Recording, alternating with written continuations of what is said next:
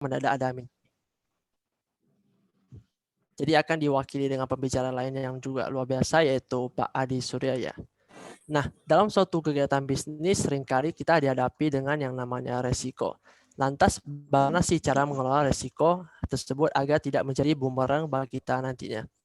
Hal ini akan kita bahas dengan pembicara kita, yaitu Pak Adi Surya, dengan gara-gara namanya yang lumayan banyak ya.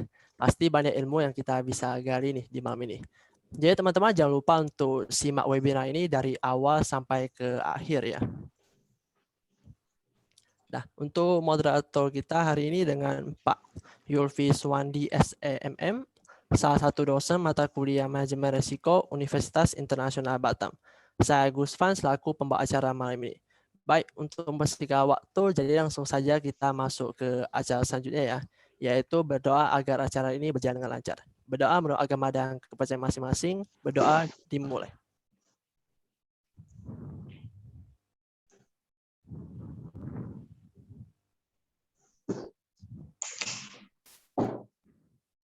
Berdoa selesai. Acara selanjutnya adalah menyanyikan lagu Indonesia Raya.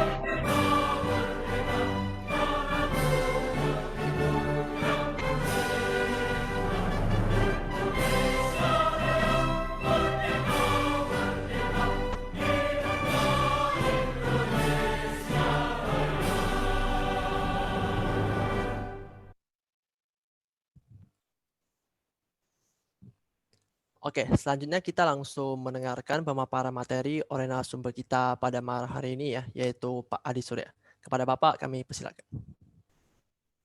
Oke, pertama-tama saya mengucapkan terima kasih kepada pihak Universitas Internasional Batam atas kesempatan yang telah diberikan kepada Asuransi Jasindo untuk melakukan sharing session di malam hari ini. Dan selanjutnya saya juga mengucapkan terima kasih kepada Pak Yulfis Wandi sebagai moderator di kesempatan pada malam hari ini. Ya, terima kasih juga kepada, saya panggilnya apa ya, untuk mahasiswanya, rekan-rekan semua yang ada di sini atas partisipasinya. Mudah-mudahan banyak hal yang bisa kita dapat dari acara pada malam hari ini. Oke, selanjutnya saya langsung izin share screen sebentar terkait materi yang akan disampaikan. Oke, Assalamualaikum warahmatullahi wabarakatuh. Sudah kelihatan Bapak dan Ibu semua, rekan-rekan? Sudah, Pak. Mahasiswa? Ya, jadi pada kesempatan kali ini saya akan mempresentasikan pengelolaan risiko dalam mengoptimalkan profit di perusahaan asuransi.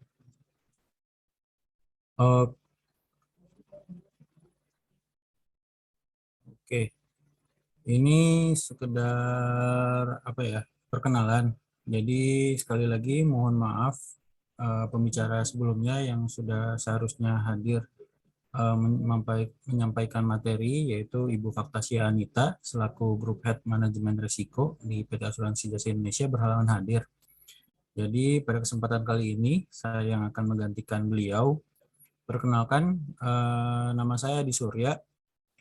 Basic pendidikan saya adalah di S1-nya di Matematika Institut Teknologi Bandung, dan S2-nya mengambil Magister Manajemen di Universitas Indonesia. Posisi saya saat ini di Asuransi Jasindo adalah Head of Manajemen Risiko Perusahaan sejak tahun 2020. Nah, kalau Ibu Faktasia Anita sendiri adalah merupakan Group Head. Jadi sekilas di struktur di organisasi di Jasindo atau Asuransi Jasa Indonesia.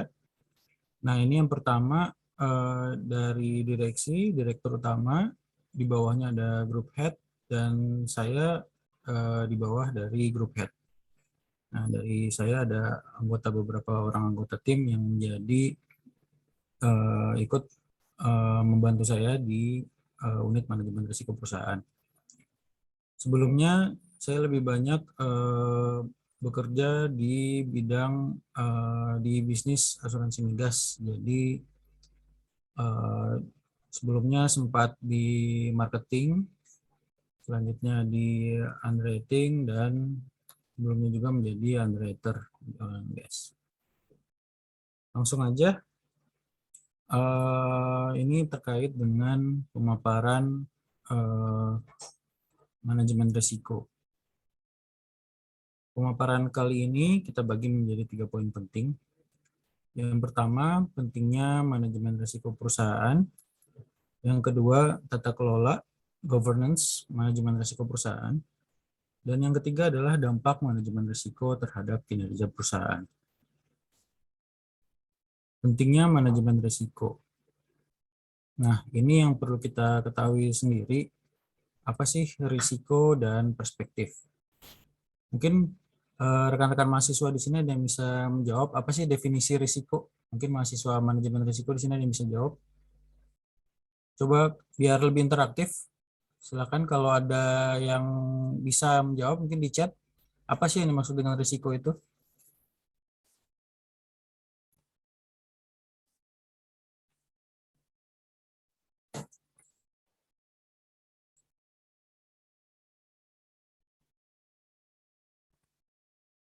Satu aja nih, peluang terjadinya kerugian. Dari Mas Tony Chandra. Selanjutnya ada segala ancaman yang ada. Ada lagi. Konsekuensi. Bagus. Ada lagi bahaya. Oke.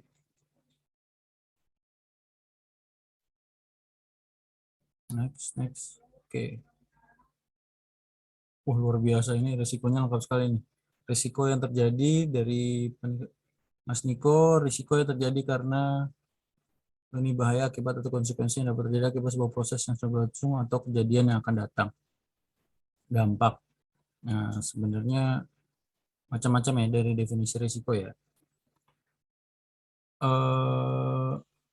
Kalau berdasarkan ISO 31000, definisi risiko itu adalah uncertainty yang dalam mencapai tujuan kita. Jadi kata kuncinya itu, risiko itu ada kata uncertainty dan ada kata sasarannya sebenarnya. Oke. Nah, jadi risiko itu bisa terjadi dimanapun ya. Jadi kata kuncinya itu adalah sesuatu yang nggak pasti, uncertainty.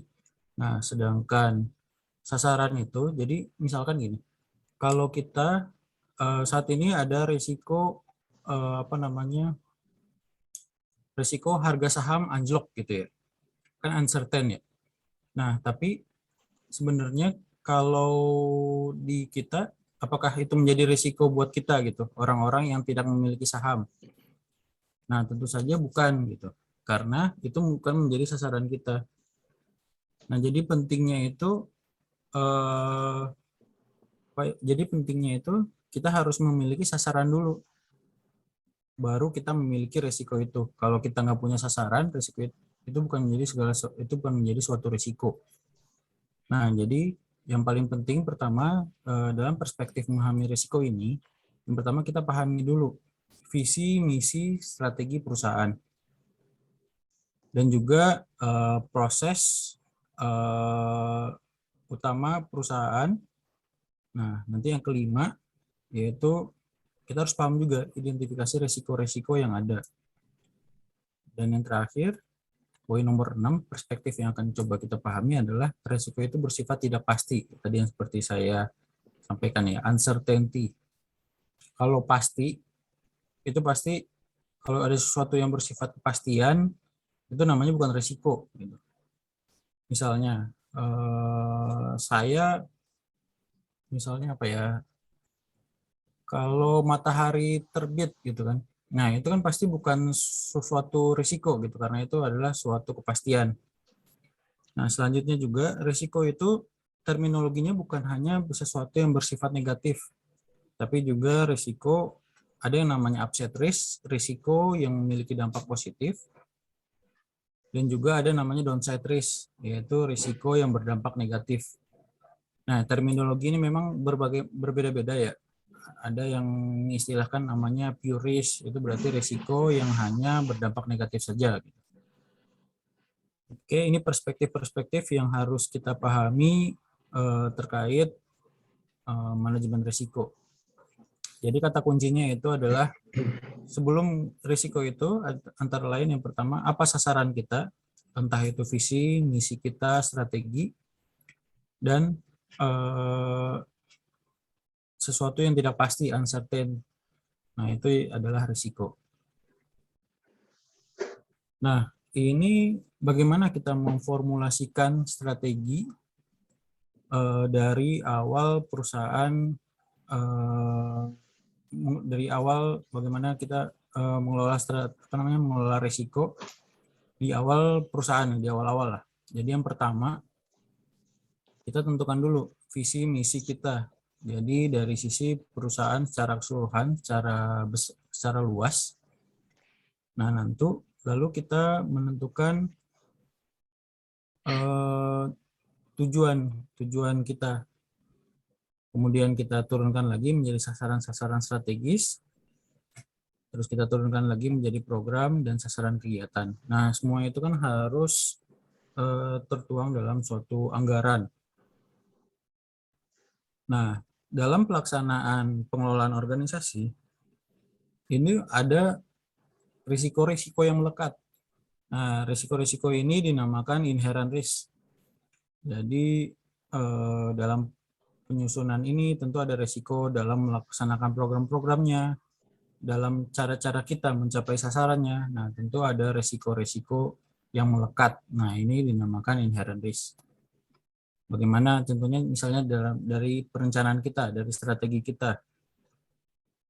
Nah, misalnya kita sudah berencana melakukan proyek A, atau misalnya di perusahaan asuransi, misalnya kita ada program asuransi baru, yaitu asuransi misalnya digital insurance, cyber risk insurance, misalkan contoh. Nah, dalam menentukan program itu, kita harus identifikasi dulu risiko-risikonya seperti apa. Pertama, dari risiko kepatuhan. Apakah program kita itu, program asuransi cyber risk itu sudah memiliki tujuan, sudah memiliki izin produk atau belum dari OJK. Terus selanjutnya kita juga melihat risiko bagaimana pemasaran itu. Bagaimana kita memasarkan program asuransi cyber risk insurance itu. Dan selanjutnya bagaimana macam-macam lah risiko yang muncul di situ. Nah, ini menjadi poin penting dalam pengelolaan strategi organisasi. Nah, ini sama seperti yang saya sampaikan tadi. Jadi yang pertama, visi, misi, atau mandat, tugas yang disampaikan kepada kita. Nah, kita harus memahami dulu dinamika lingkungan eksternal. Jadi pemahaman kita harus mengetahui dulu konteks organisasi kita, di mana lingkungan eksternal kita berada, industri kita, dan juga rencana dan sasaran kita ke depannya seperti apa. Nah, hal-hal itu yang akan mempengaruhi bagaimana kita mengelola risiko tersebut. Tentunya dalam organisasi itu ada macam-macam ya, ada dinamika internal organisasi, misalnya kita posisi sekarang misalnya kita sedang misalnya kayak sekarang situasinya kita sedang mengalami COVID, pasti ada tantangan yang memaksa kita untuk bagaimana mengelola risiko itu menjadi peluang gitu. Nah, tadi misalnya kayak bagaimana cara kita memanfaatkan teknologi untuk operasional kita tetap berjalan.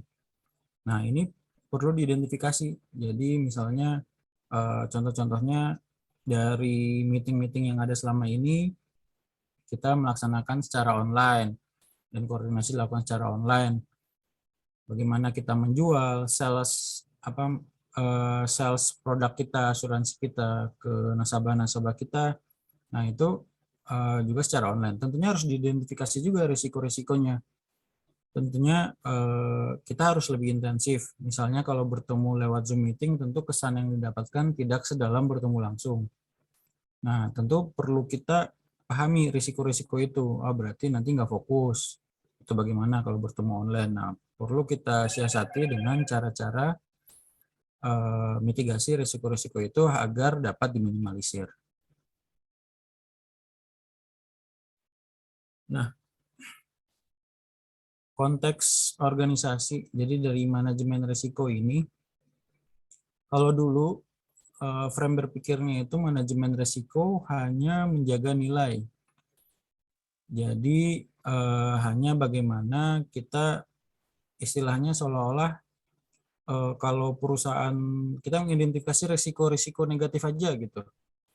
Nah, tapi di sekarang ini manajemen risiko itu konteksnya lebih luas, yaitu bagaimana kita melindungi dan meningkatkan penciptaan nilai perusahaan. Jadi bukan hanya melindungi perusahaan aja, tapi juga bagaimana kita menjadikan risiko itu menjadi nilai tambah untuk perusahaan. Tentunya itu poin yang penting dalam asuransi ya. Tentunya asuransi itu kan kita mengelola risiko. Jadi misalkan yang common itu kan sebenarnya yang udah biasa adalah asuransi mobil.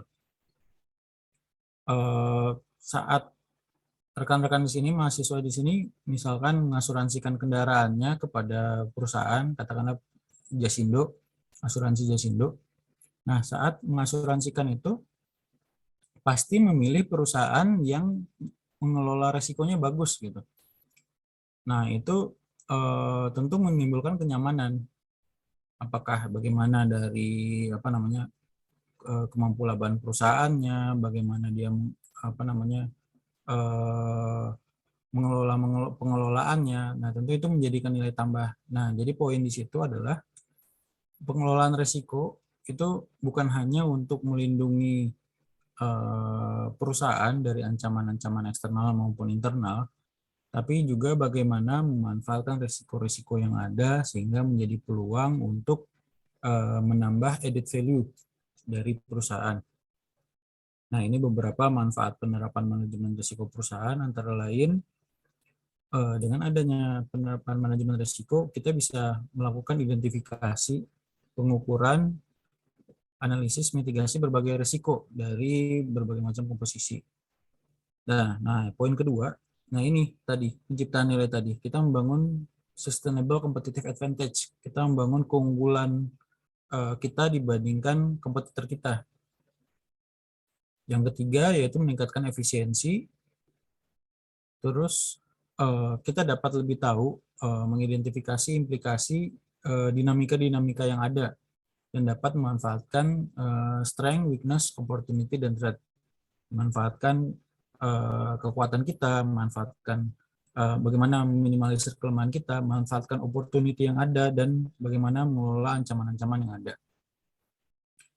Selanjutnya juga kita dapat merespon perubahan-perubahan yang ada dari regulasi internal dan eksternal secara lebih proaktif dan efisien. Dan yang terakhir yaitu kita membangun kepercayaan customer dan stakeholder serta menjaga reputasi dan citra positif kita di mata masyarakat. Ini beberapa manfaat penerapan manajemen risiko perusahaan. Nah, selanjutnya kita bergerak pada tata kelola pada manajemen risiko. Nah, manajemen risiko itu risk management governance itu fungsinya itu memberikan jaminan kalau atas pencapaian sasaran keberhasilan usaha. Maksudnya seperti apa? Jadi saat kita memiliki sasaran, kita dengan adanya kita mengetahui risiko-risiko yang ada, kita jadi lebih merasa nyaman ya, merasa mengetahui kira-kira apa aja sih yang dapat menghalangi kita untuk mencapai sasaran tersebut gitu. Nah, jadi dengan adanya penerapan manajemen risiko yang baik, tentu memberikan rasa kepercayaan diri lah kalau sasaran itu bisa berhasil. Gitu. Nah, dalam pelaksanaan manajemen risiko itu harus memiliki prinsip-prinsip tata kelola yang baik atau governance.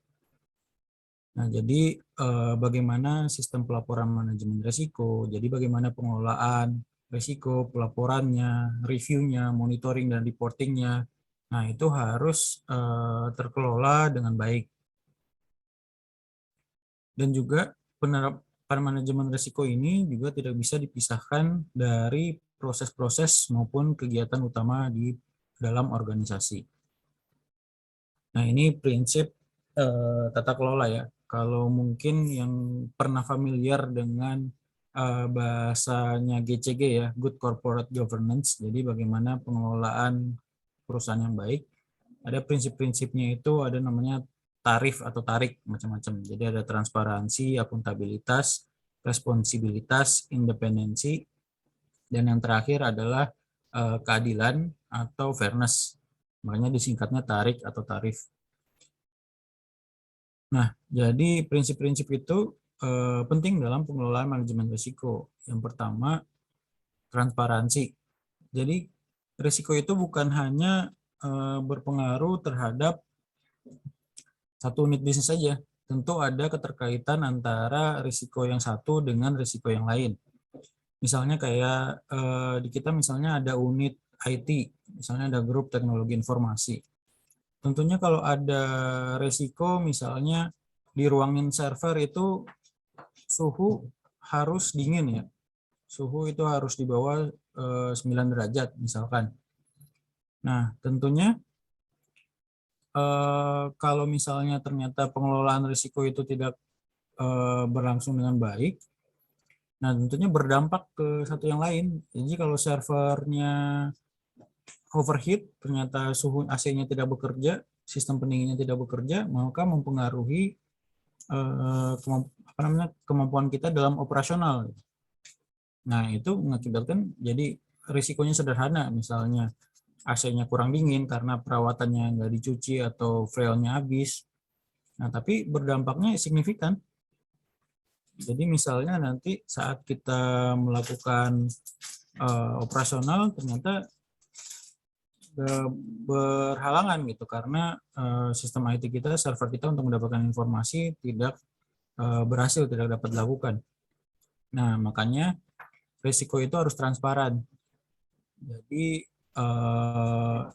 ada risiko di unit yang lain, tentunya harus diketahui oleh unit-unit yang lain sehingga dapat disiapkan mitigasi dan perencanaannya.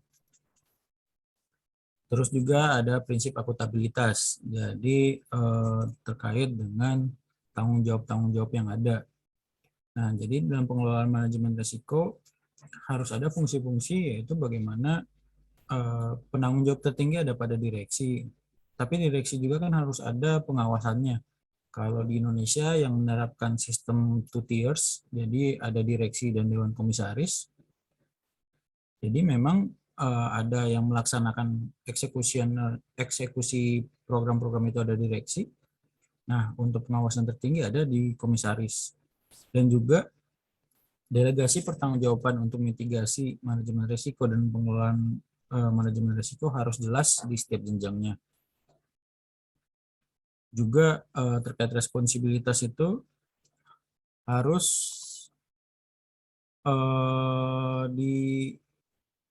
harus jelas. Jadi siapa yang bertanggung jawab terhadap ini harus jelas itu. Dan risk owner atau yang memiliki risiko harus memahami tugas dan tanggung jawab masing-masing.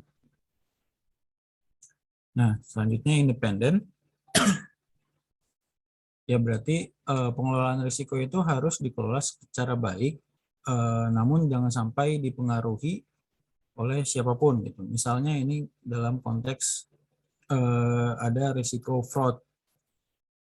Nah, tentu dalam dalam tata kelola kita harus menjaga independensi kita jangan sampai dipengaruhi oleh pihak-pihak yang tidak atau mempengaruhi kita ke depannya gitu. Oke, nah ini unsur-unsur tata kelola, yaitu pertama adalah kebijakan. Nah, ini merupakan kebijakan direksi dan dewan komisaris, arahannya harus jelas. Nah, ini dalam konteks ini ada namanya istilahnya risk appetite dan risk tolerance. Jadi kira-kira selera risiko direksi dan pemegang saham kita kira-kira seperti apa sih? Misalnya kayak di risiko. Nah, sekarang misalnya banyak kredit macet misalkan gitu ya. Nah, jadi direksi menyampaikan arahannya dia, kebijakannya. Oh, kedepannya kita akan mengurangi penutupan atas asuransi kredit karena resikonya cukup tinggi. Nah, itu merupakan salah satu bentuk kebijakan direksi dan komisaris. Dari sisi akuntabilitas, yaitu menjadikan mana yang tahap-tahapan mana yang menjadi tanggung jawabnya masing-masing. Nah, kalau di kita ada beberapa di grup masing-masing itu di Jasindo ada namanya risk officer. Nah, jadi risk officer ini tugasnya untuk mengidentifikasi risiko dan membantu pengelolaan risiko yang ada di grupnya masing-masing. Misalnya di grup teknologi industri, di grup TI. Nah, itu ada satu orang yang bertugas untuk mencatat apa saja sih risiko yang ada di grup TI itu, teknologi informasi itu, atau dan juga melaporkan apabila ada beberapa hal-hal yang kira-kira mengancam kita gitu. Misalnya ada risiko, wah ternyata AC di ruangan server sudah mulai hangat, nggak berfungsi optimal. Nah, itu disampaikan kepada kita sebagai fungsi manajemen risiko. Jadi pengelolaan manajemen risiko bukan hanya di grup manajemen risiko, tapi juga di masing-masing bisnis harus bertanggung jawab dan mengelola risiko yang ada. Unsur-unsur berikutnya adalah planning, perencanaannya, penyediaan sumber dayanya, dan bagaimana kita membangun komunikasinya. Komunikasi ini penting karena itu menjadi cara membangun budaya sadar risiko atau budaya risk awareness. Nah, ini matriks dari RACI. Responsible, accountable, consulted, dan informed. Nah, ini jadi tahap-tahap proses manajemen risiko. Nah, ini harus terinformasi dari dari Dewan Komisaris harus mengetahui persiapan atau planning strategi pengelolaan manajemen risiko. Yang bertanggung jawabnya siapa? Yaitu BOD atau Board of Director, direksi, anggota-anggota direksi. Nah, ya yang mengelolanya siapa sebenarnya? Nah, itu adalah ya responsible-nya ada di grup MRP. Nah, itu masing-masing contohnya. Dari komunikasi, konsultasi, menentukan konteks, asesmen risiko, bagaimana mitigasinya, perlakuannya, monitoring dan review, dan reportingnya. Oke. Nah, ini Sampai di sini mungkin ada pertanyaan sebelum sampai terlalu jauh. Baik, Pak Adi. Ya. Ya. Assalamualaikum warahmatullahi wabarakatuh. Waalaikumsalam warahmatullahi wabarakatuh. Mohon maaf tadi ini karena kreativitas dan semangatnya mahasiswa kita, jadi MC Pak Gus Pandi langsung minta ke narasumber. Jadi alhamdulillah ya. Oh iya. Mengingat waktu juga. Tadi apa yang sudah disampaikan oleh Pak Adi itu adalah memang apa yang dihadapi oleh dunia usaha sebenarnya. Jadi bagi kawan-kawan, dosen dan juga para mahasiswa, mempelajari manajemen risiko merupakan sesuatu yang sangat penting ya, karena memang tidak ada sesuatu pun yang kita lakukan yang tidak ada risikonya gitu, ya, termasuk juga di dunia usaha. Tadi Pak Adi sudah menyampaikan dengan sangat baik ya, menyangkut masalah pentingnya manajemen risiko. Ya, salah satunya adalah melindungi perusahaan, melindungi nilai-nilai dari perusahaan ya Pak ya.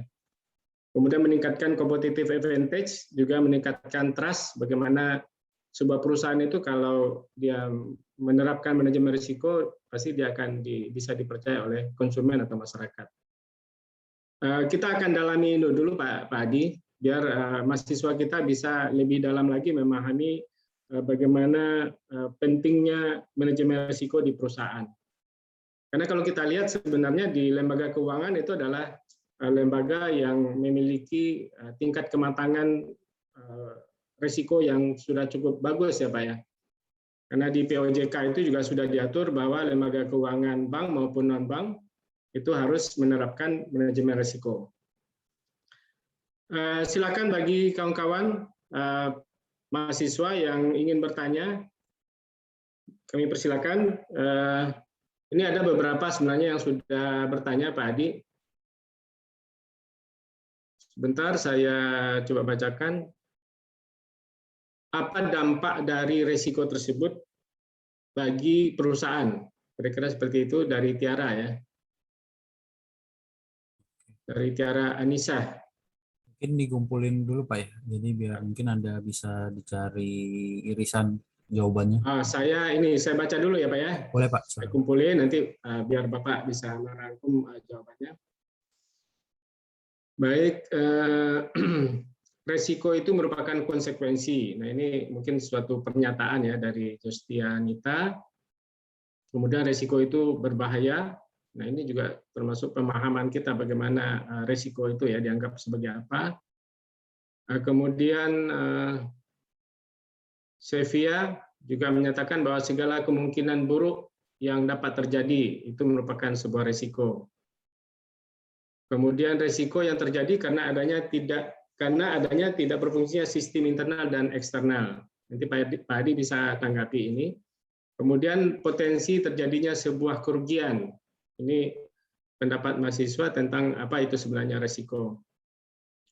Kemudian tadi Tiara sudah menyampaikan dampak risiko itu adalah dampak buruk yang terjadi. Kemudian Nova menyatakan bahwa risiko itu bahaya akibat atau konsekuensi yang dapat terjadi akibat sebuah proses yang sedang berlangsung atau kejadian yang akan datang.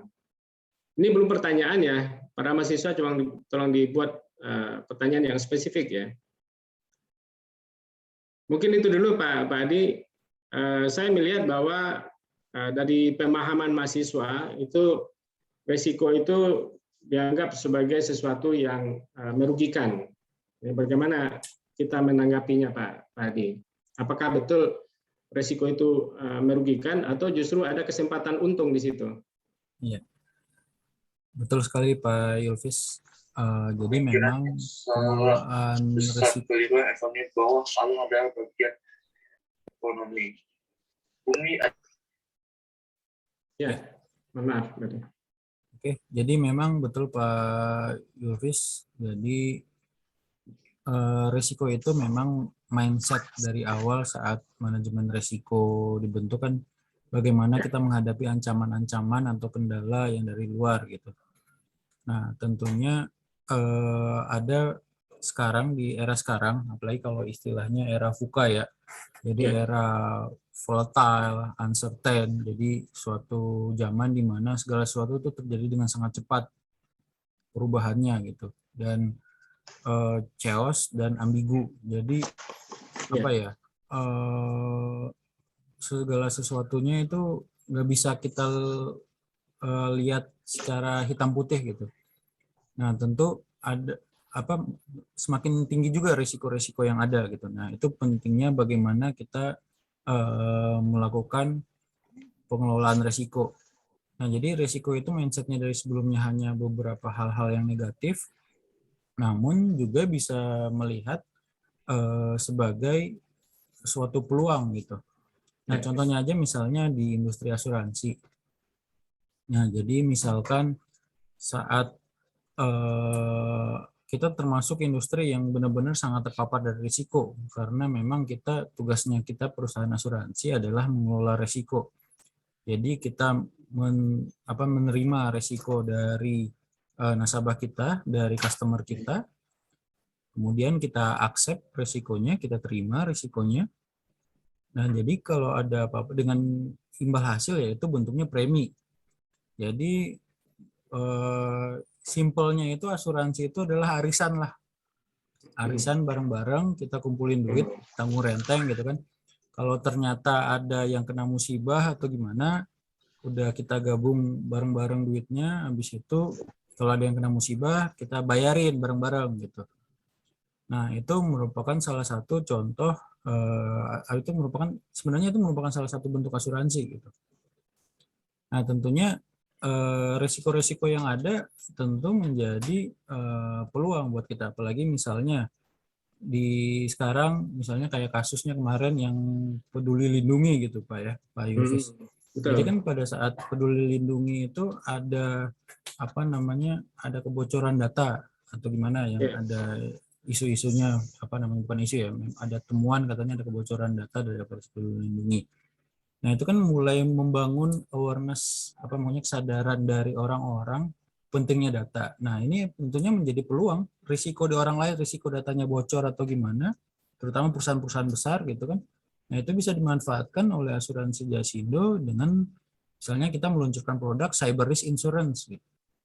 Jadi misalnya ada perusahaan dihack atau gimana, bagaimana kita ternyata dihack oleh hacker gitu.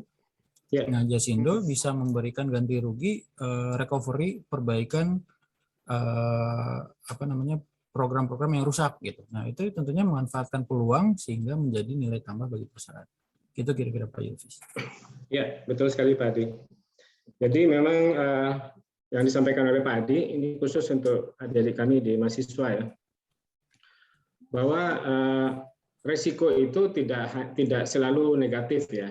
Ini saya menemukan ada pendapat dari Salahuddin 2019 ya. Salahuddin dan kawan-kawan itu dalam penelitiannya menyatakan bahwa resiko merupakan sesuatu ketidakpastian. Jadi Pak Adi juga sudah menyampaikan ya bahwa resiko itu uncertainty ya, tidak sesuatu yang tidak ada kepastian yang akan memberikan hasil positif maupun negatif. Nah, ini berarti ada dua sisi kita lihat resiko itu. Jadi positif bisa negatif tergantung bagaimana kita memandang. Nah, kemudian Pak Adi kan respons orang terhadap risiko itu kan kalau kita bagi secara umum itu ada 3. Ada yang menerima, ada yang menolak, kemudian ada yang mengalihkan. Nah, tadi kan Pak Adi sudah menyampaikan kalau risiko itu ternyata oleh perusahaan dianggap tidak tidak bisa diambil atau bisa diambil tapi harus dialihkan, maka partnernya tentu asuransi ya Pak Adi ya. Iya, betul. Tapi kalau misalnya bisa diambil, tentu ada mitigasi risiko yang akan dilakukan.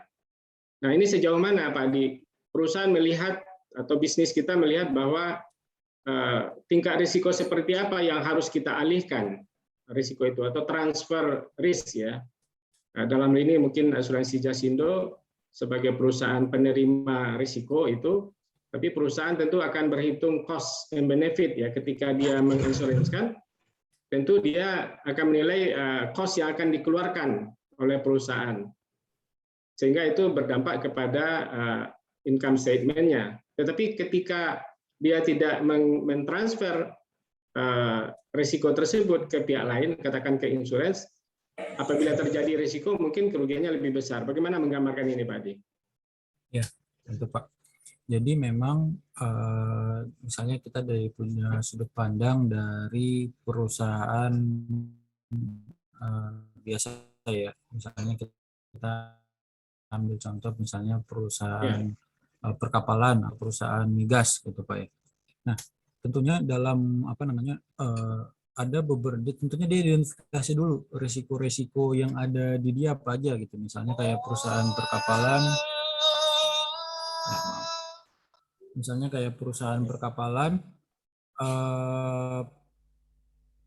apa aja sih risiko-risiko yang ada? Yang pertama, misalnya kalau saya bekerja di perusahaan perkapalan, risiko saya yang pertama misalkan dari risiko yang bersifat fisik. Oh, ternyata kapal saya mengalami kecelakaan di laut. Nah, terus selanjutnya saya coba lihat nih, kecelakaan di laut. Oh, berarti tapi kalau terjadi apa-apa itu sangat besar gitu risikonya. Maksudnya kalau terjadi misalnya perusahaan perkapalan mengangkut kargo gitu ya. Nah, tentu saya harus bertanggung jawab terhadap kargo yang saya bawa. Terus juga kalau kapal saya ada apa-apa, tentu saya juga harus menanggung risiko tersebut gitu. Tapi kan itu kemungkinannya belum pasti, uncertain, kata kuncinya uncertain gitu. Nah, tentunya itu akhirnya dipilih solusinya kita mengasuransikan misalnya sebagai perusahaan kapal gitu. Nah, akhirnya kita memilih untuk mengasuransikan kapal kita beserta kargo kita. Nah, jadi kalau misalnya sesuatu yang bersifatnya, jadi pengelolaan risiko itu ada macam-macam ya. Ada kita bisa terima risikonya. Jadi aktivitas itu kita terima saja, apapun risikonya kita terima. Bisa kita reduce, bisa kita kurangi, misalnya kayak kebakaran, bisa kita pasang alat pemadam kebakaran atau alarm kebakaran gitu. Bisa kita transfer. Nah, contoh yang tadi itu adalah bentuk transfer ke asuransi. Jadi misalnya dari perusahaan kapal tadi, untuk mengurangi risiko yang sudah dikontrol sedemikian rupa, nah akhirnya dia mengasuransikan kapal dan kargonya kepada perusahaan asuransi. Nah, kalau ternyata risiko itu sudah sangat tinggi sekali, dan perusahaan asuransi juga tidak bisa menerimanya, contohnya dari risiko peperangan gitu kan, tentunya dia melakukan avoid, jadi dia menghindari aktivitas sama sekali gitu, menghindari aktivitas, jadi melewati daerah misalnya di Korea Utara sama Korea Selatan lagi perang gitu kan. Tentu kapal internasional bakal menghindari wilayah-wilayah yang mengalami peperangan karena itu nggak dijamin asuransi. Nah, itu sangat bergantung kepada selera risiko masing-masing pemimpin perusahaannya atau manajemen perusahaannya. Kira-kira seperti itu, Pak Yulfis. Baik, terima kasih Pak Adi. Sudah clear ya kawan-kawan semuanya. Baik, saya bacakan ada satu pertanyaan dari Tony Chandra. Selamat malam Pak Edi, dia mau bertanya satu, apakah biaya yang diperlukan untuk melakukan manajemen risiko seperti biaya maintenance, biaya analisis, biaya project dan lain-lain itu layak untuk ditanggung oleh perusahaan. Yang kedua, lalu bagaimana caranya untuk mengetahui apakah biaya yang diperlukan layak atau sepadan itu dengan risiko yang kita hadapi.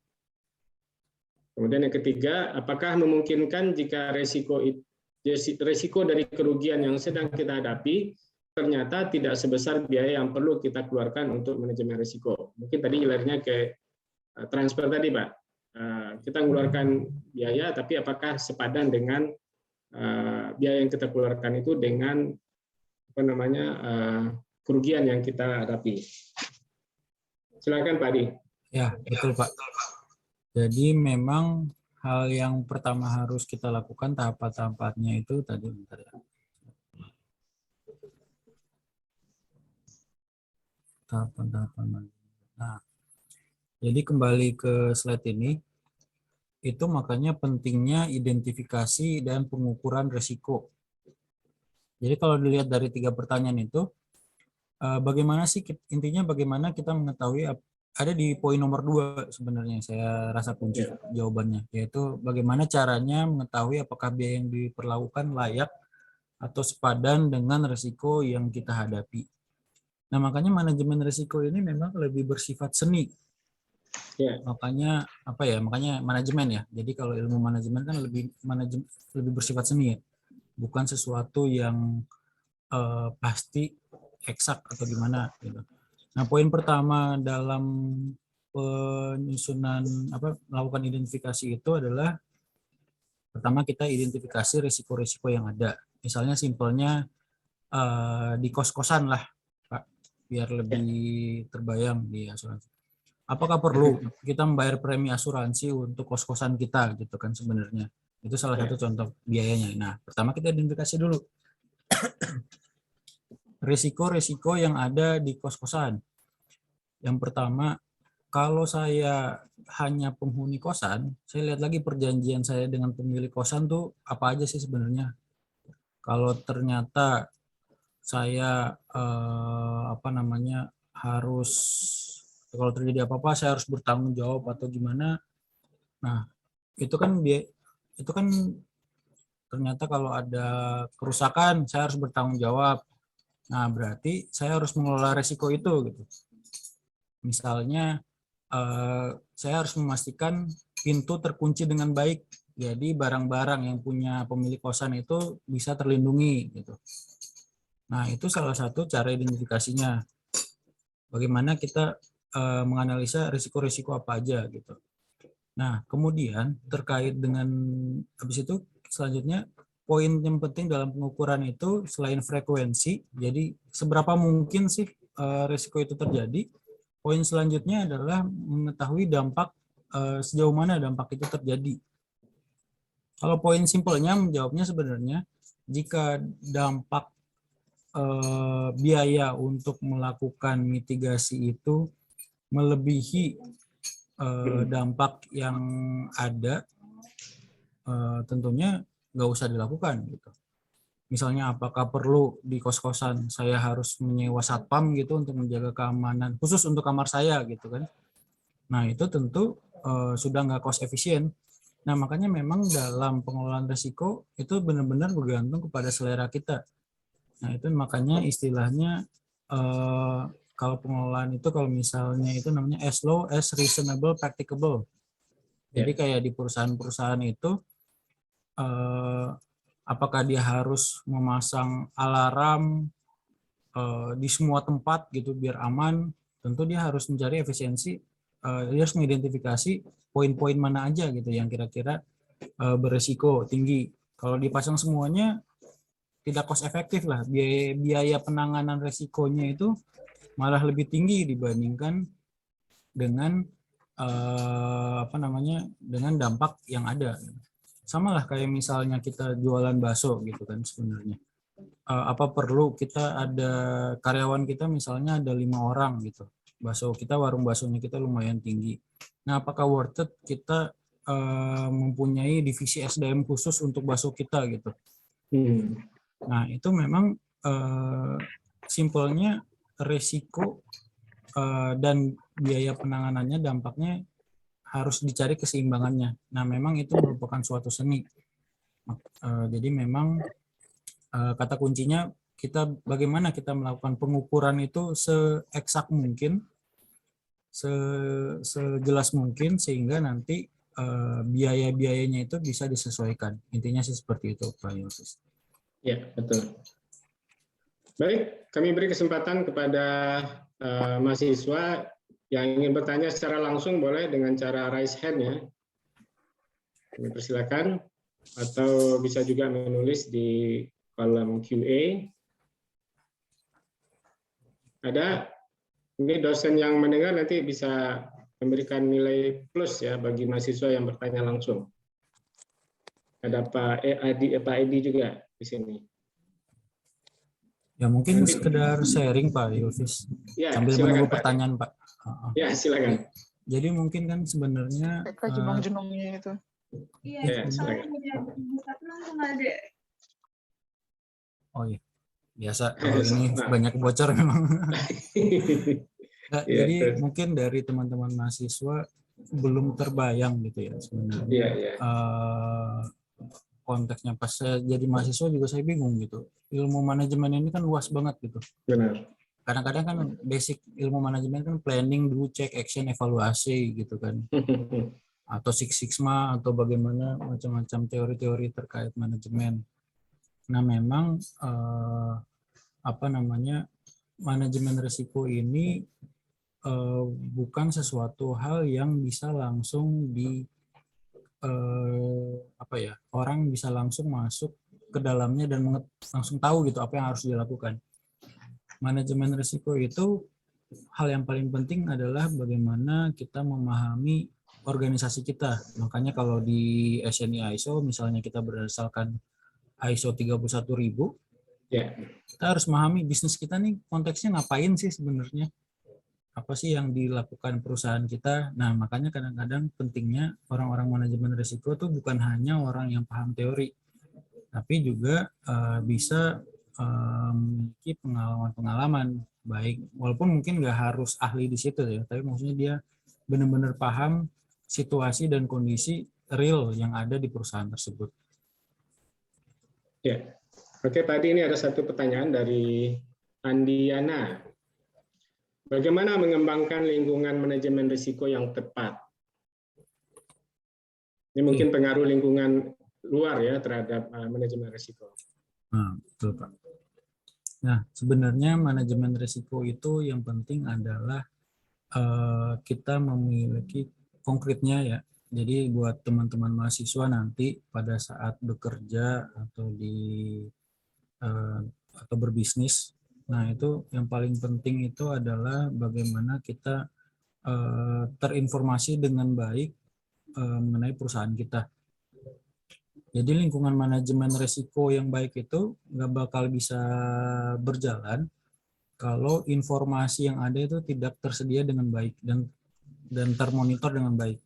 Kata kuncinya gitu. Jadi pertama, saat kita melakukan pengukuran manajemen risiko, kita harus mengetahui data-data historisnya bentuknya seperti apa. Nah, itu tentu penting. Jadi misalnya kalau kita mau, ini simpelnya lagi, misalnya kita membangun warung bakso ya.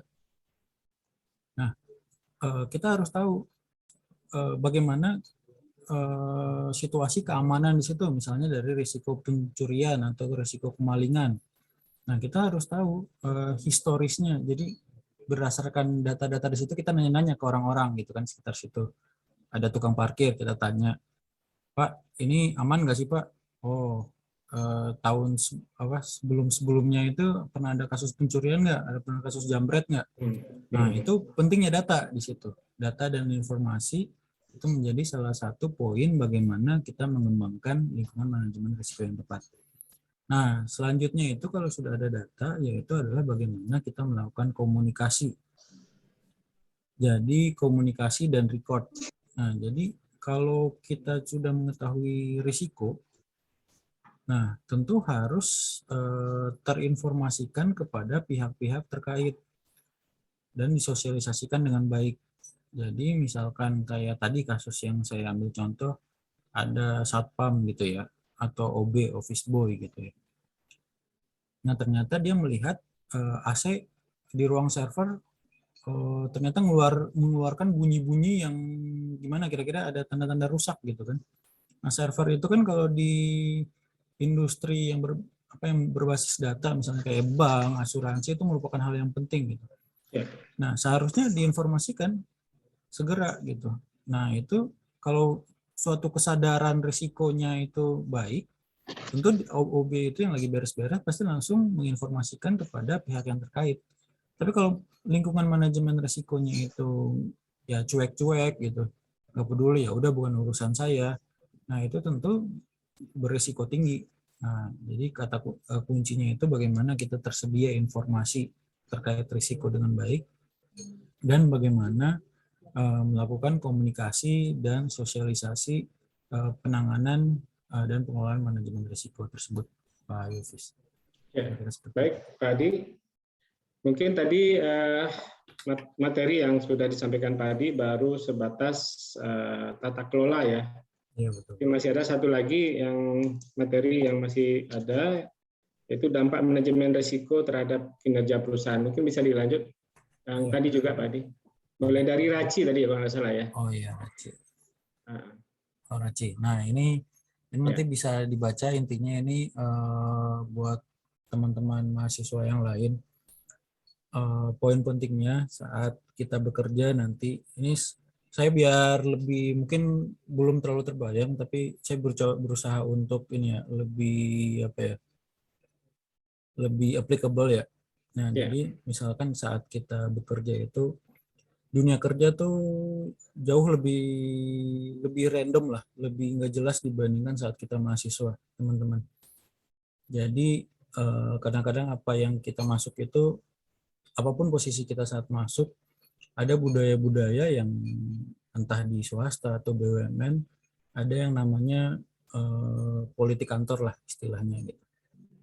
Jadi bagaimana ada orang yang kerja, kita kerja misalnya gitu ya, kalau bagaimana kalau nggak ada tata kelola yang baik gitu ya, misalnya ada yang kerja tapi yang take credit, yang mengambil apa namanya, mengambil kinerjanya ternyata orang lain gitu. Nah, makanya penting ada kejelasan siapa yang bertanggung jawab terhadap apa dan konsekuensinya apa aja gitu. Nah, tentunya misalnya di sini risk owner itu ada risiko-risiko harus mengetahui gitu. Tapi apakah ternyata kalau ada sesuatu yang bermasalah dia yang dihukum? Nah, itu kan makanya itu semua harus jelas. Makanya ada responsible, accountable, consulted, dan informed. Jadi apa saja sih yang menjadi tanggung jawab pekerjaan kita. Tapi kalau ada terjadi kesalahan, itu yang accountable, yang memegang yang mengerjakan yang responsible terhadap pekerjaannya, yang accountable yang bertanggung jawab lebih posisi, lebih secara keseluruhan. Gitu. Sedangkan consulted itu adalah orang yang dimintai pendapatnya. Sedangkan e-inform itu adalah orang-orang yang harus terinfokan saat melakukan perencanaan terkait hal-hal tersebut, saat baik dari persiapan, komunikasi, konsultasi. Nah, ini semuanya bisa dibaca di slide-nya. Dari prinsip tata kelola manajemen risiko, yang pertama adalah penetapan risk appetite. Apa sih risk appetite? Itu selera makan kita. Nah, risk appetite ini kembali kepada orang-orang. Misalnya, kalau pemimpinnya itu senang mengambil risiko ya, wah kita belum ada izin produk, hajar aja, gitu kan. Nah, ada misalnya sangat patuh, terutama kalau Jasindo kan sebagai BUMN ya, kita harus menjadi contoh kepada di industri gitu ya. Tentunya kita termasuk terkait risiko kepatuhan ini, melakukan risk appetite kita zero tolerance terhadap non compliance gitu. Nah, tapi kalau beberapa asuransi swasta, misalnya kita banting-bantingan harga. Misalnya kalau harga terendah, misalnya premi itu 1% dari harga kendaraan bermotor gitu, premi kendaraan. Kalau Jasindo patuh-patuh aja karena kita selera resiko kita rendah terhadap risiko kepatuhan. Jadi 1% ya udah 1% gitu. Tapi misalnya kalau perusahaan yang lain yang risk appetite-nya tinggi gitu selera, ya udah nanti kalau sanksi pikirin belakangan lah. Nah itu dia ya udah kita rate-nya setengah harga yang ditentukan oleh OJK, ditentukan oleh regulator. Nah itu makanya pentingnya risk appetite gitu. Ya misalnya tukang bakso gitu ya, kembali lagi ke bakso, udah malam-malam soalnya Bapak Ibu. Iya betul. Maka yang lain kalau mau sambil mendengarkan sambil makan bakso nggak apa-apa. Jadi Ya, dipersilakan. jadi kalau misalkan apa ya, tentunya misalnya selera kebersihan kita, tukang bakso kan ada yang rapih, bersih gitu kan. Ada yang ya udahlah, mungkin itu menjadi penyedap bumbunya gitu. Nah itu makanya pentingnya risk appetite. Gitu. Jadi memang ya kembali lagi manajemen itu adalah suatu seni ya. Jadi memang kalau saya basicnya dulu waktu S1 matematik, waktu S2 ngerasa manajemen itu sesuatu yang sangat abstrak gitu, konsep. Nah, jadi memang kembali lagi kita harus apa ya? Harus membangun asumsi kita. Nah, asumsi-asumsi itu dibangun melalui risk appetite. Selanjutnya adalah bagaimana insentif dan kompensasi berbasis risiko. Nah, kalau orang-orang yang berhasil mengelola risiko dengan baik, kita kasih insentif. Nah, sedangkan kalau yang tidak berhasil mengelola risiko, misalnya hampir kejadian, misalnya kalau misalnya di perusahaan industri migas yang sangat hati-hati sekali terkait dengan risiko-risiko yang bersifat fisik. Nah, kalau ada yang kejadian-kejadian istilahnya kejadian near miss, kejadian yang hampir kecelakaan, itu langsung kena sanksi, dia diistirahatkan. Nah, itu bagaimana reward and punishment berbasis risiko. Walaupun belum tentu itu kejadian gitu. Tapi dengan membangun reward and punishment yang berbasis risiko, tentunya dapat membantu pengelolaan risiko.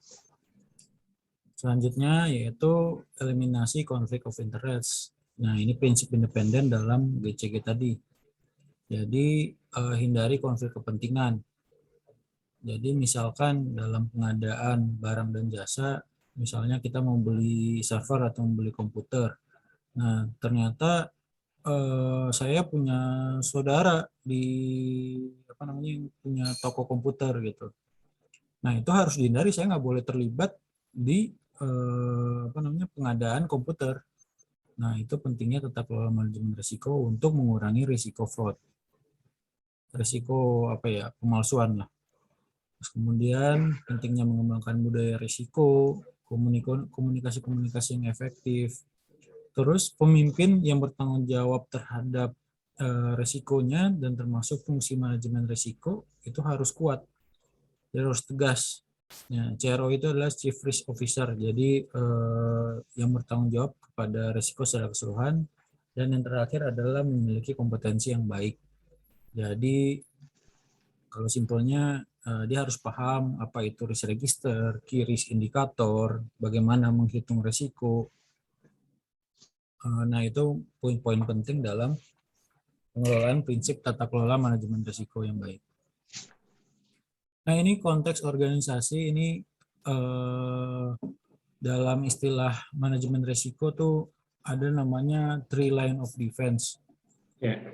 Macam-macam. Nah, namanya ilmu manajemen kan seni ya. Mungkin ada yang lainnya beda-beda gitu ya. Ada yang mungkin 4 line, 7 line, tapi yang common practice-nya itu adalah 3 line of defense dalam manajemen risiko. Nah, yang pertama adalah risk owner-nya. Jadi unit-unit operasional atau branch office kayak misalnya dari Jasindo, nah ini yang mengelola tugasnya itu bagaimana dia mengidentifikasi dan mengelola risiko yang ada di grup atau unitnya masing-masing sesuai dengan ketentuan dan peraturan yang ada. Nah, sedangkan pihak second line ini adalah pihak-pihak yang melakukan monitoring dan reporting kepada pihak manajemen yang di atasnya. Jadi bagaimana membuat kebijakan-kebijakan dan melakukan evaluasi. Nah, ini adalah merupakan tugas grup manajemen risiko. Nah, selanjutnya lini pertahanan ketiga yaitu adalah grup satuan pengawasan internal atau internal audit.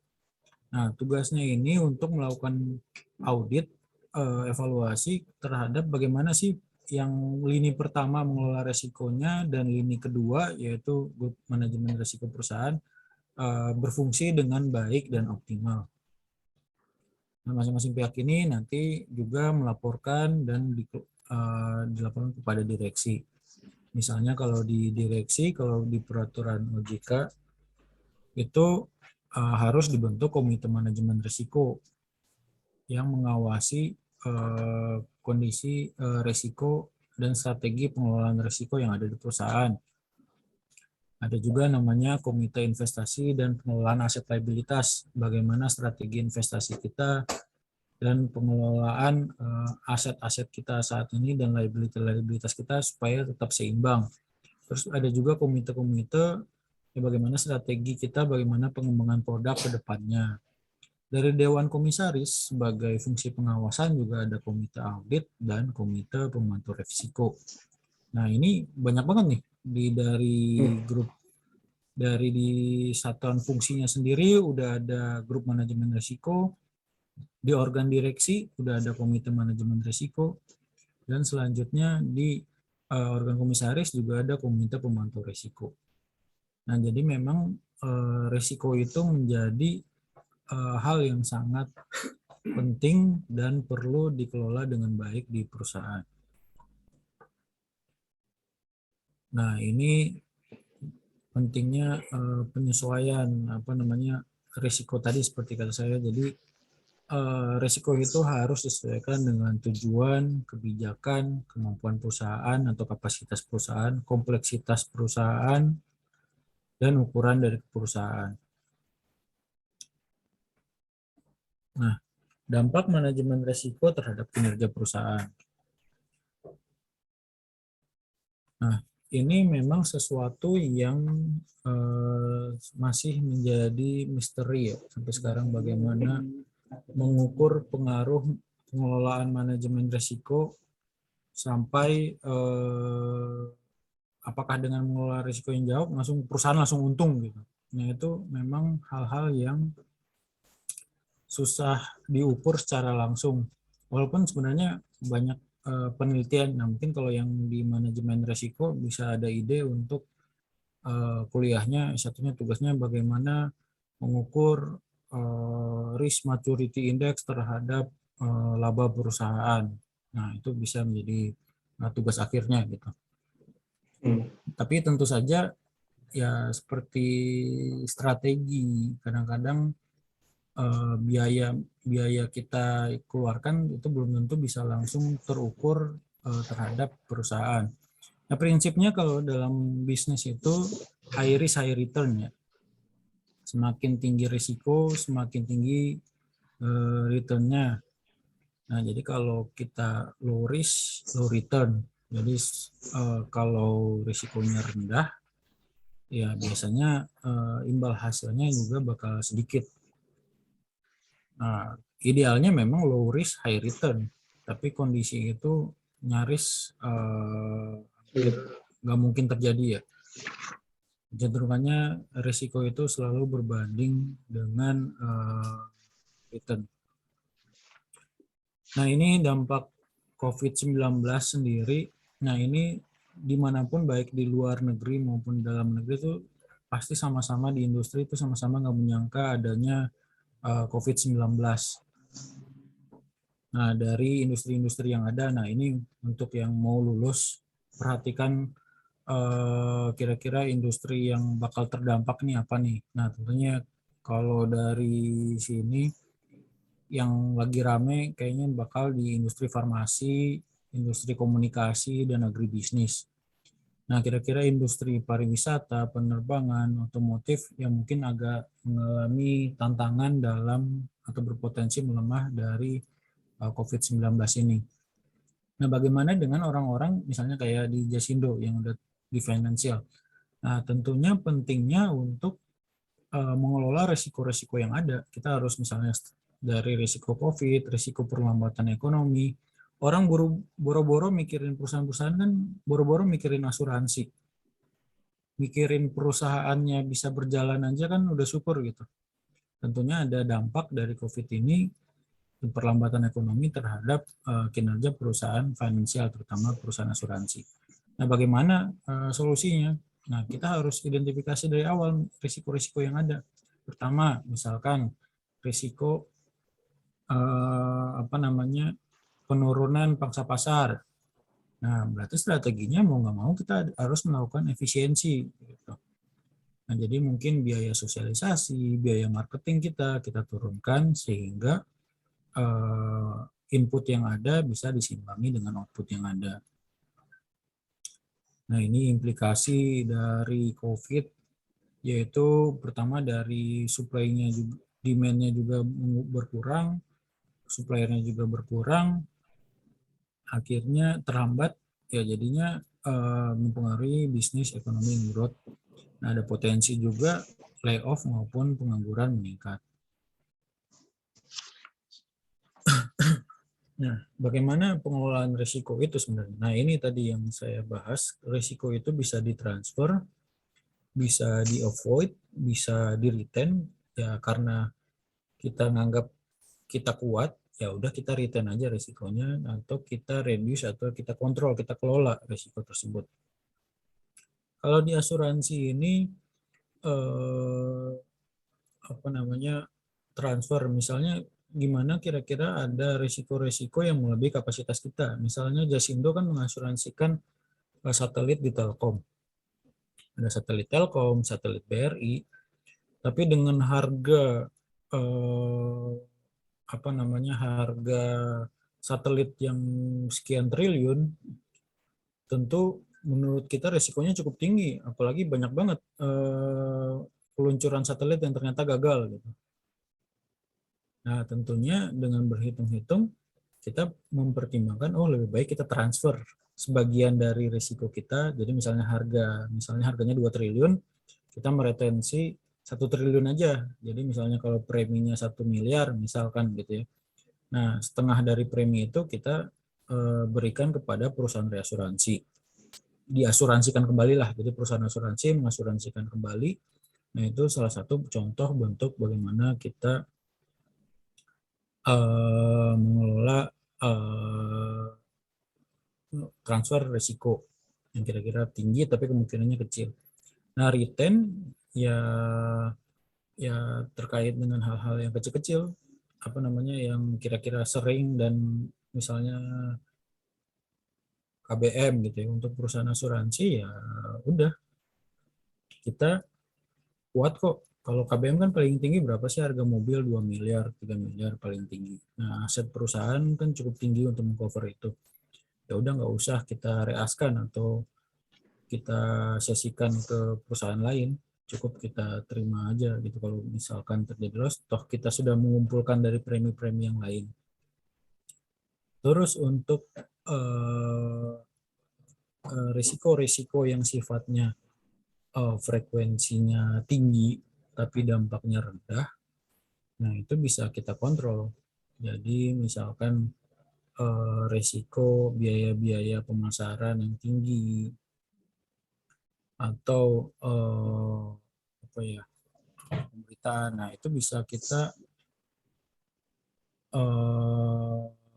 kontrol dengan bagaimana pengelolaan risiko yang baik.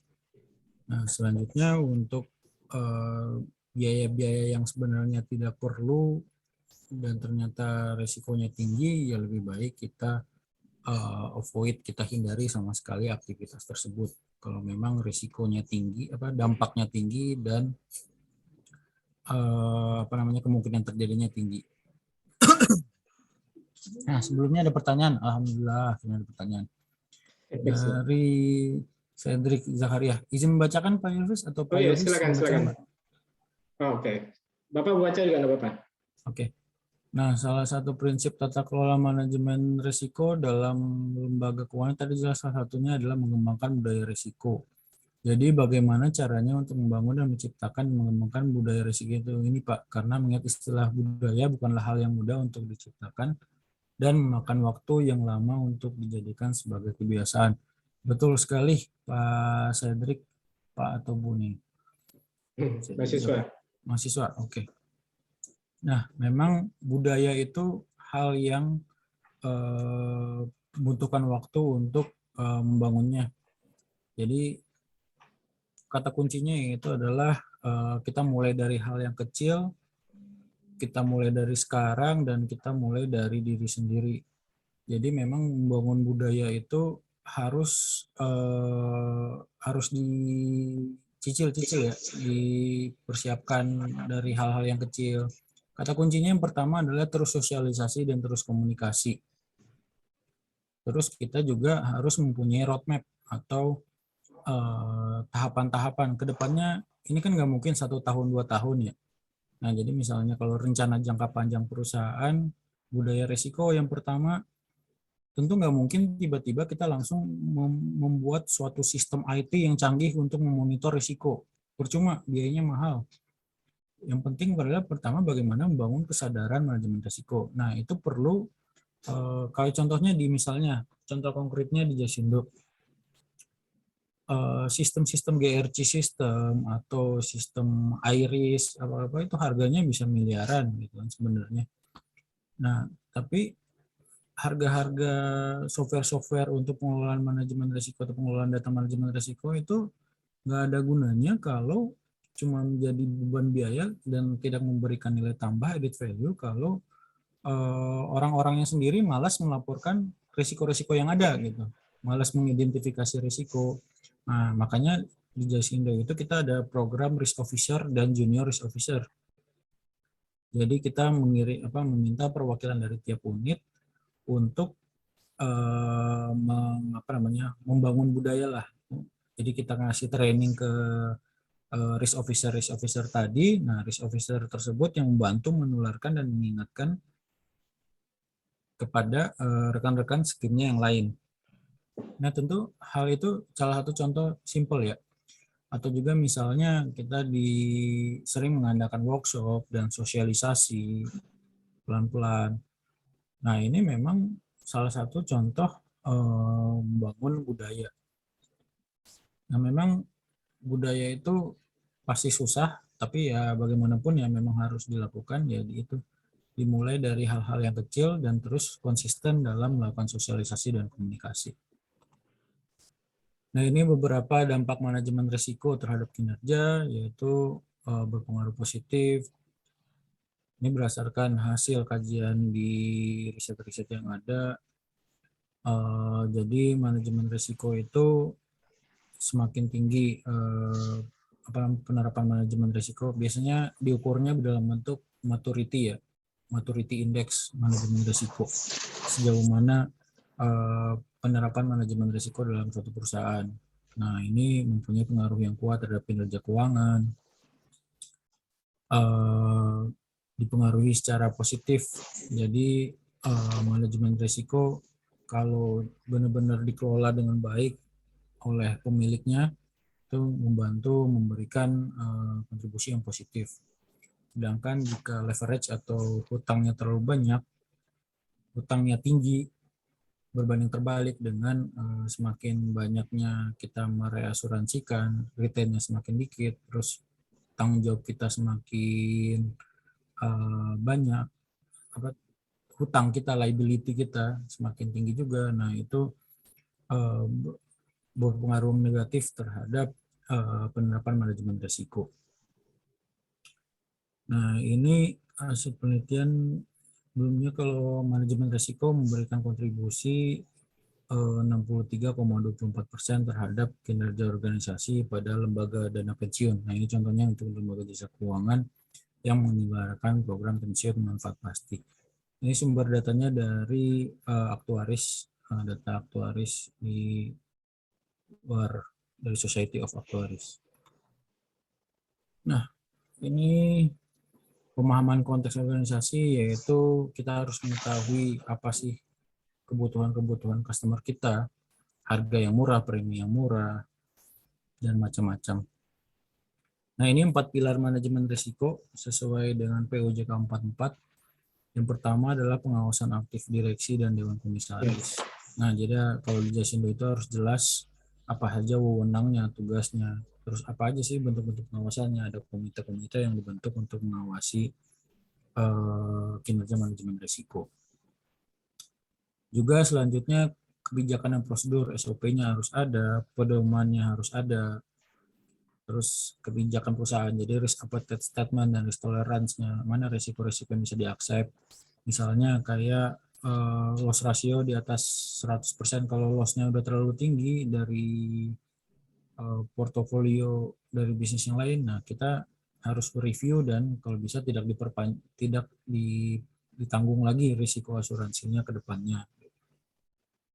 Nah, terus ada juga kecukupan proses identifikasi, pengendalian, dan pemantauan risiko, serta sistem informasi manajemen risiko. Jadi di sini harus ada sistem-sistem informasi terkait dashboard monitoring, jadi risk register, laporan profil risiko, dan monitoring. Selanjutnya ada sistem pengendalian internal, yaitu untuk memastikan fungsi-fungsi tersebut ada sih bagus.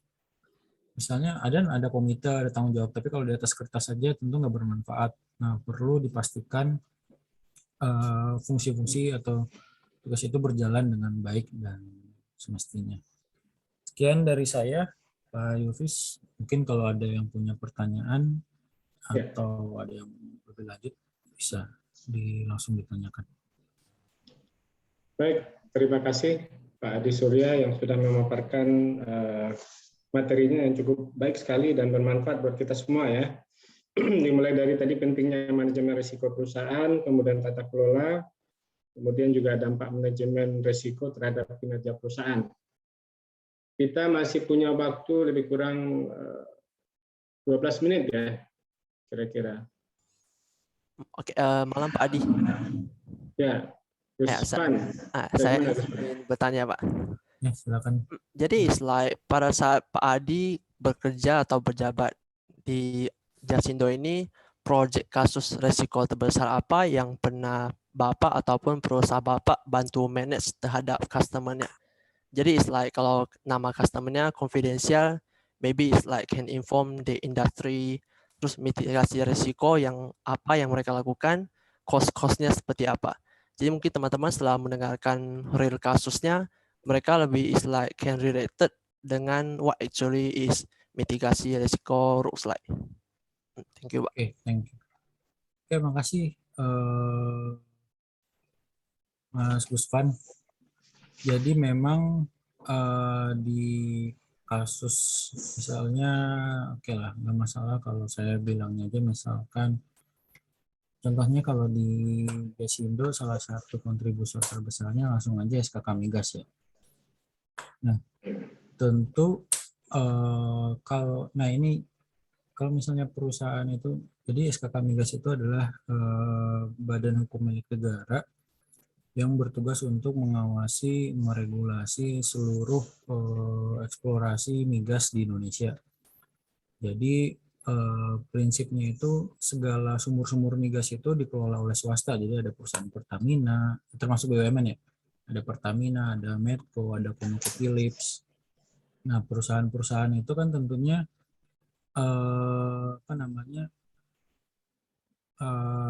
bersifatnya itu mereka yang mengelolanya, tapi aset secara keseluruhannya itu dimiliki oleh SKK Migas. Nah, SKK Migas ini tentu dalam pengeboran minyak itu ada risiko-risiko, misalnya ada penyemburan liar atau istilah lainnya blowout. Nah, dari blowout itu kan belum tentu tentu saat mereka melakukan pengukuran risiko, kira-kira dari 100 sumur, satu sumur lah yang dari misalnya mengebor 100 sumur, hanya satu sumur yang mengalami blowout gitu. Nah, tentu kalau mereka melakukan biaya pengendaliannya itu yang over kompleks ya, maksudnya mungkin mereka harus menyiapkan blowout preventer atau alat-alat mesin-mesin pengelolaan risiko sumurnya out of control itu yang sangat canggih dan terlalu ini kan tentu tidak efisien ya, karena bisa tadi kalau ternyata mereka cuma 1/100 sumur gitu misalnya, atau mungkin lebih rendah lagi misalnya 1/10.000 sumur gitu. Nah, tentunya mereka merasa lebih baik kalau risiko tersebut itu diasuransikan. Nah, Jasindo di sini mengelola risiko bagaimana kalau sumur itu out of control, jadi ada penyemburan liar atau bagaimana gitu. Nah, diasuransikan kepada Jasindo. Nah, terus Jasindo itu kan tentu saja bakal mengganti, misalnya kalau ternyata semburan liar itu mengakibatkan bertekanan tinggi, mengandung gas yang mudah terbakar, akhirnya terbakar dan membahayakan wilayah sekitar. Nah, tentu kalau yang diasuransikan ke Jasindo hanya pergantian biaya biaya yang bentuknya fisik gitu. Nah, nyawa itu kan sebenarnya nggak bisa digantikan oleh asuransi.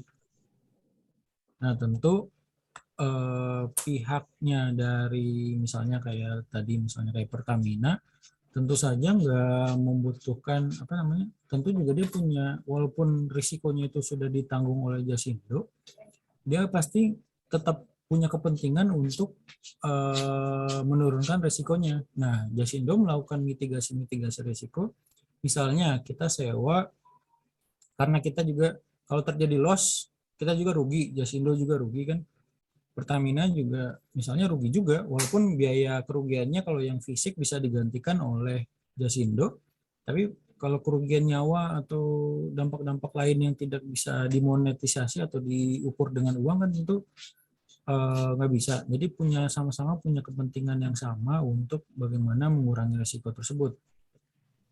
Nah, strategi mitigasi yang kita lakukan apa? Nah, kita misalkan ini yang sudah terjadi, kita namanya risk engineering program. Jadi kita melakukan survei-survei dari misalnya dari perusahaan-perusahaan, dari konsultan yang memiliki pengalaman bagaimana pengeboran itu supaya berlaku dengan baik gitu. Jadi kita melakukan survei-survei ke sumur-sumur ini secara random. Oh, ini pengelolaannya terlalu berisiko, coba SOP-nya dibenerin atau maintenance-nya kurang bagus. Nah, kita membantu servis supaya risiko-risiko itu juga semakin turun gitu. Nah, itu salah satu bentuk mitigasi risiko yang ada di yang pernah kita Jasindo lakukan terhadap perusahaan-perusahaan lain.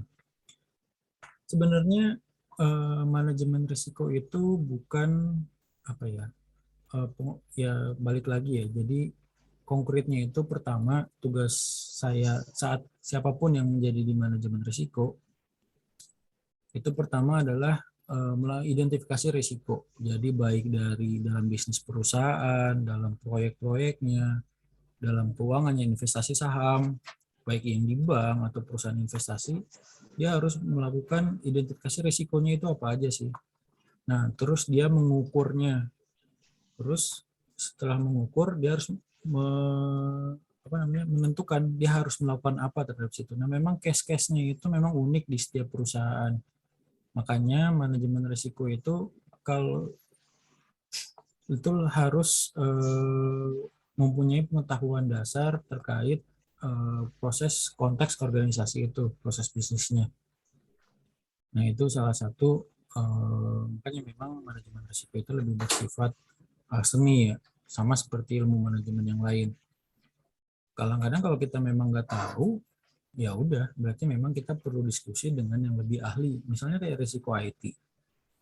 Saya nggak tahu gitu kan, risiko IT misalnya kalau ada gempa bumi, saya harus ngapain gitu kalau ternyata servernya rusak.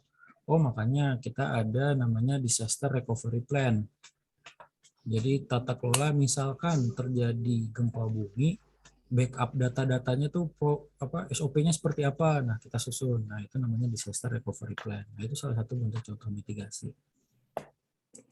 Itu memang kembali lagi ke industrinya masing-masing. Ada yang complicated, ada yang sederhana, ada yang misalnya mungkin kalau di gedung misalnya di UIB aja pasti ada misalnya peta evakuasi gitu ya. Kalau ada kebakaran harap evakuasi di sini. Nah, itu merupakan contoh ringan bagaimana kita melakukan mitigasi terhadap risiko yang ada. Kira-kira seperti itu. Mudah-mudahan bisa menjawab rekan Usman. Baik, terima kasih Pak Adi Surya. Sekarang sudah menunjukkan pukul 7.46 ya. Saya pikir sudah cukup waktunya ya. Udah pada ngantuk menjelang tidur. Udah ngantuk juga. Baik, Pak Adi Surya, terima kasih atas pemaparan yang baik ini. Mungkin saya sedikit merangkum apa yang disampaikan tadi. Singkat saja barangkali ya. Materi yang disampaikan Pak Adi Surya tadi ada 3. Yang pertama, pentingnya manajemen risiko perusahaan. Tadi sudah menggambarkan juga dari paparannya melalui slide, yaitu manfaat yang bisa diperoleh dengan menerapkan manajemen risiko. yaitu melindungi dan meningkatkan penciptaan nilai perusahaan, juga bisa meningkatkan efisiensi, kemudian meningkatkan competitiveness perusahaan, dan juga meningkatkan trust ya masyarakat terhadap perusahaan. Kemudian yang kedua adalah tata kelola manajemen risiko perusahaan. Nah, tadi digambarkan bahwa perusahaan itu harus memiliki prinsip transparansi ya, prinsip tata kelola yang baik, yaitu ditandai dengan tarif ya singkatannya, yaitu transparansi, akuntabilitas, responsibility, dan independensi. Kemudian ditambah lagi dengan bagaimana meningkatkan budaya sadar risiko dari pucuk pimpinan sampai dengan ke bawah tentunya.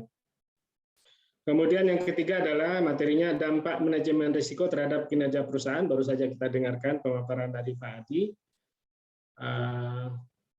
yaitu bagaimana merespon risiko tersebut. Ya, ada risiko yang memang perlu dihindari. Ya, ada risiko yang bisa diambil tapi ditransfer melalui transfer risiko melalui pihak ketiga, dalam ini adalah asuransi, kemudian perlu dikontrol, dalam hal ini diterima tapi dengan melakukan mitigasi dan sebagainya. Kemudian khusus untuk dampak manajemen risiko ini dan tata kelola, itu sebenarnya kalau lembaga keuangan bank maupun non-bank sudah diatur juga oleh POJK ya. Jadi POJK yang mengatur tentang bagaimana manajemen risiko dan fungsi kepatuhan itu dilakukan oleh lembaga keuangan bank dan juga lembaga keuangan non-bank. Bahkan dalam struktur organisasi di lembaga keuangan bank dan non-bank itu harus ada direksi yang berfungsi sebagai manajemen risiko dan fungsi kepatuhan ya Pak Adi ya. Baik. Baik, mungkin itu saja dan kita berikan aplaus kepada Pak Edi atas materi yang sudah disampaikan. Saya dalam menutup acara ini, saya ingin berpantun untuk Pak Adi. Boleh ya Pak Adi? Silakan Pak. Ya, Cakep. cakep, biar mahasiswanya juga nggak ngantuk. Pohon kelapa tinggi sekali, dipetik buahnya oleh Pak Tani. Pak Adi Surya sudah sampaikan materinya penuh inspirasi dan memotivasi. Ya, berikan aplaus kepada Pak Adi. Terima kasih banyak Pak Adi. Mudah-mudahan ilmu yang diberikan merupakan ilmu yang bermanfaat untuk kita semua, terutama untuk mahasiswa, sebagai bekal mereka nanti melanjutkan ke jenjang bisnis tentunya ya, sehingga mereka akan selalu berhadapan dengan resiko dan bagaimana mengatasi resiko, sehingga resiko itu justru mendatangkan peluang keuntungan. Baik, kemudian pergi ke kampus di siang hari, bertemu Pak Edi. Ini Pak Edi ada tadi ya, bertemu Pak Edi dosen ini, bimbingan skripsi. Usai sudah acara sharing session malam ini, kepada narasumber kami ucapkan terima kasih. Sama Pak Yutis, terima kasih banyak. Sama-sama Pak Adi. Pada pihak Universitas Internasional Batam telah mengundang. Ya, terima kasih Pak Adi. Baik, asal sembilu dari buluh jika dianyam jadi tampian. Kami susun jadi yang 10, salah dan khilaf mohon dimaafkan. Terima kasih atas semua perhatian dan mohon maaf atas segala kekurangan. Saya sebagai moderator mengucapkan wabillahi taufiq wal hidayah. Assalamualaikum warahmatullahi wabarakatuh. Acara kami kembalikan kepada MC Gus Pandi. Silakan Gus Pandi. Oke, thank you Pak Adi Surya atas sharing session-nya yang sangat luar biasa ini, dan juga Pak Yulfi selaku moderator yang telah membantu pada hari ini. Nah, sebelum kita menutupi acara ini, kita dokumentasi dengan foto bersama dulu ya. Jadi untuk seluruh hadirin, kameranya mohon dihidupkan ya, dan akan dipandu oleh operator kita, Feni.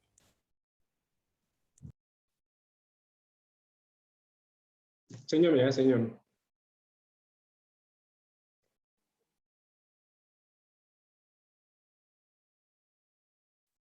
Nggak ada apa-apanya ya? Oke. Oh, maaf ya Pak. Oke, sesi dokumentasinya akan dimulai ya. Ya. Pak Adi masih sini ya? Ya. Oke, 1, 2, 3. Slide berikutnya. 1, 2, 3. Slide berikutnya. 1, 2, 3.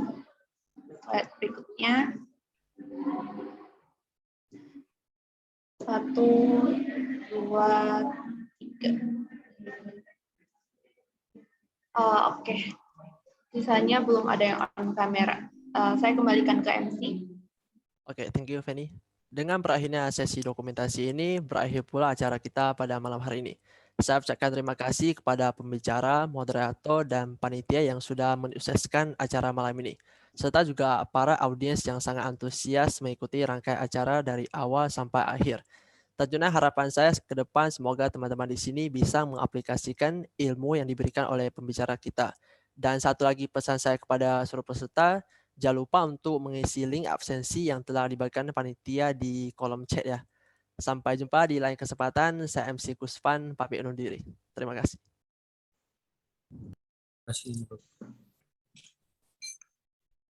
Terima kasih. Ya, sama-sama.